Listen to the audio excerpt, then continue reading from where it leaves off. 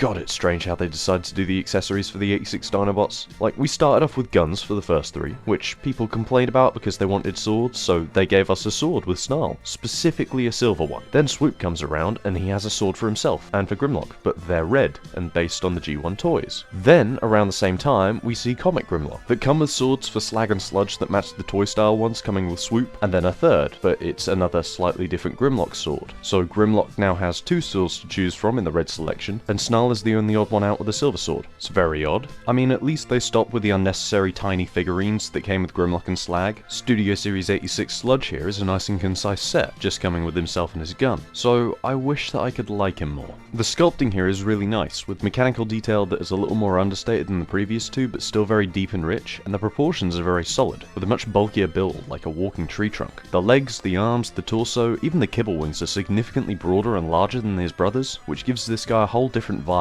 Even the head is broader and stockier. And the colours here do this mold some justice, with the same colour palette we've seen on the previous figures, with a bigger emphasis on the black accents. There is just one visual issue that I have here. The top of the backpack has a big ugly gap. It's probably the most prevalent gap on any of the 86 Dinobots so far. Not a deal breaker, but it does bother me. As for accessories, we have just the gun, as previously discussed. It's a pretty nice looking blunderbuss-ish thing, with some decent paint and a vibe that's very him. And he holds it pretty nicely thanks to the posing, which isn't too far off Slag and Grimlock's. The limbs are fairly unlimited, the usual wrists and waist are there, the head's a little bit strange with just a swivel and then a neck panel that lets him look up and down instead of the usual ball joint, but the sheer size of the shins and feet make posing the legs look a little bit odd. All those little weird decisions I could forgive if this guy could hold a single pose. This figure is absolutely riddled with QC issues. The wings, the dino mode neck on the back, the waist swivel, the outward motion at the hips, and the knees are far beyond too loose for comfort. This is absolutely the worst series of loose joints on any figure I own because the stability is so compromised, and the look falters because the wings can't stay spread unless he's leaning back or you use the arms to wedge them. I can feel the ratchet joints in the limbs here, but they just have no rigidity, and the hips are frankly disgusting.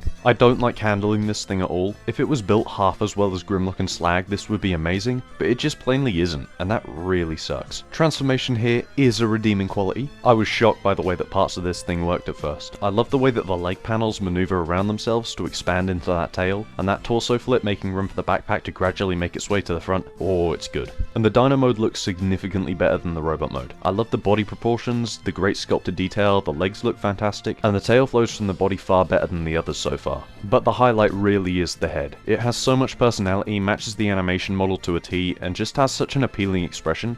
Look at that grin. He knows your secrets. You can of course open his mouth for a blast effect, although the angle makes it look a little strange on this one, but the big thing that makes this Dino mode stand out is the posing. So far we've had a decent amount with Grimlock and a brick with Slag, but Sludge here has very posable legs with articulated front feet, the neck is jointed top and bottom, and the head is fully posable too. The Dino mode just nails it, far better than the other Dinobots manage. It's just a shame about the feel of the Robot mode. I can tell I'd absolutely love this figure if it were just a little more solid. Maybe I'll have a go with some joint tightener and see if I can fix it, but overall I'm not sure I can recommend this guy with how widespread some of these issues apparently are. It really is like Russian roulette if you'll get a good or bad copy of this guy, and I was pretty unlucky. If you're a Dinobot completionist, then you'll want to grab this one, but as an individual figure, this thing just can't compete, unfortunately.